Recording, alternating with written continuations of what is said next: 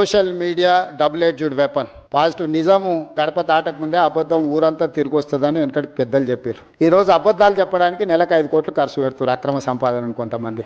నేను ఇవన్నీ చెప్తే మా బట్టి విక్రమార్క గారు అంటారు, అరే నీ ఆలోచనలు మంచుకున్నాయి, నీ పనులు బాగున్నాయి, నువ్వెందుకు చెప్పవు అంటారు. నాకు దీని మీదనే సమయం సరిపోతుంది. రోజుకు 18 గంటలు. ఇది ఒక మీరు సొంత ఇల్లు కట్టుకుంటే ఒక 2000 స్క్వేర్ ఫీట్ సొంత ఇల్లు కట్టుకున్న ఒక 3000 స్క్వేర్ ఫీట్ అపార్ట్మెంట్ ఇంటీరియర్ చేసుకోవడానికి మీకు ఎన్ని రోజులు పడుతుంది? మీ ఇంట్లో మీ సతీమణితో మీకు ఎన్ని తిట్లు పడుతున్నాయి ఉన్న వాళ్ళందరికీ తెలుసు కదా. కిచెన్ అట్లా లేదు, డ్రాయింగ్ ఇట్లా లేదు, డైనింగ్ అట్లా లేదు, బెడ్రూమ్ ఇట్లా లేదని. ఇంత పెద్ద ప్రాజెక్టును ఒక కాన్సెప్ట్ను కన్సీవ్ చేసి 0 to 100 చేయాలంటే ఎన్ని గంటలు మేము పనిచేసి ఉంటాం? ఇన్ని గంటలు చేసినప్పుడు పేదవాడి బాధను మేము అర్థం చేసుకోకుండా చేస్తామా? పేదవాళ్లతో మాకున్న శత్రుత్వం ఏంది? పేదవాళ్ళ నిరాశ్రయులు చేయాలని ప్రభుత్వం ఎందుకు అనుకుంటుంది?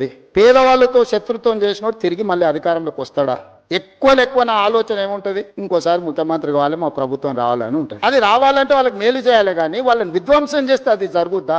ఎవరైనా కామన్ సెన్స్ ఉన్న any politician is going to commit such type of activity. ఇది చేస్తే రేవంత్ రెడ్డికి చరిత్రలో ఒక పేరు వస్తుంది, కాంగ్రెస్ పార్టీకి ఈ ప్రభుత్వానికి మంచి పేరు వస్తుంది. ఈ రెండోసారి కూడా మేము అధికారానికి దూరం అవుతామని కొంతమంది కడుపులో కుళ్ళు, మాటల్లో విషం, చూపుల్లో పగ, ఈ 3 కాంబినేషన్స్ తోని దీన్ని అడ్డుకునే ప్రయత్నం చేస్తున్నారు. ఇక ఇదంతా మీకు అప్పచెప్పిన నా జిమ్మెదారి అయిపోయింది. మీరందరూ దీన్ని కాపాడుకుందామా లేకపోతే కాలానికి వదిలేద్దామా మీరే డిసైడ్ చేయండి.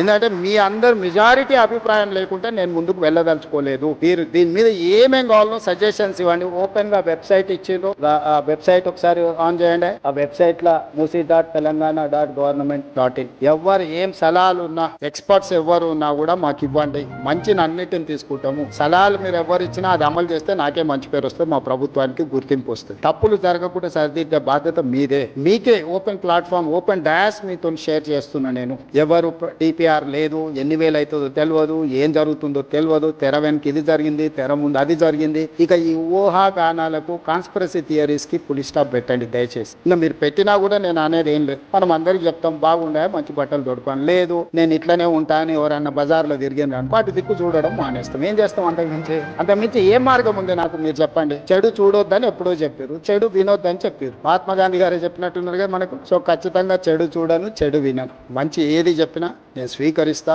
మీలో ఒకటిని, నేను వేరు మీరు వేరు కాదు, మీలో ఒకటిని, మీతో పాటే ఉంటా. మనందరం కలిసి ఈ ప్రాజెక్టు ముందుకు తీసుకెళ్తాం. మీరు అందరూ మద్దతు ఇవ్వండి. ఒక అద్భుతాన్ని అంటే అద్భుతాన్ని ప్రపంచంతో పోటీ పడే విధంగా మన నగరాన్ని తీర్చిదిద్దుకుందాము. మన చరిత్రను కాలగర్భంలో కలపొద్దు, మన చరిత్రను భవిష్యత్ తరాలకు అద్భుతంగా అందిస్తామని తెలియజేస్తూ